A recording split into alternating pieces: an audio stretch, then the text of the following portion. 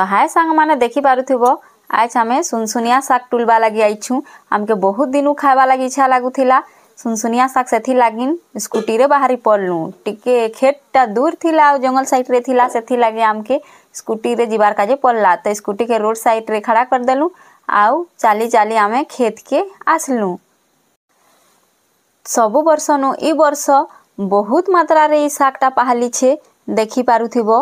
तो मोर दीदी भी केते जल्दी जल्दी टुलबार काजे लागी पड़ले तो मुई भी देखी सही नि पारली ताहाके आ मुई भी गुटे बड़ बेग धरली आउ जल्दी जल्दी टुलबार काजे लागी पड़ली काजे कहले खरा भी होउथिला तो एखेन ई साग के नै किरी आमके रांधी किरी खाइबार भी थिला सेथि लागी जल्दी जल्दी आमे टुलनु।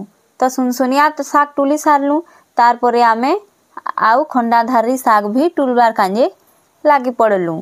तो देखि पारुथिबो जेन आड़े देखले भी खाली साग आउ साग न आए तो ईटा गाँ थी रहबार आमर गुटे फायदा है कि आमके जेनटा भी खेत नु किछि साग पतर मिली जिसी तो आमे टुली सारलु आउ घर के पलालु।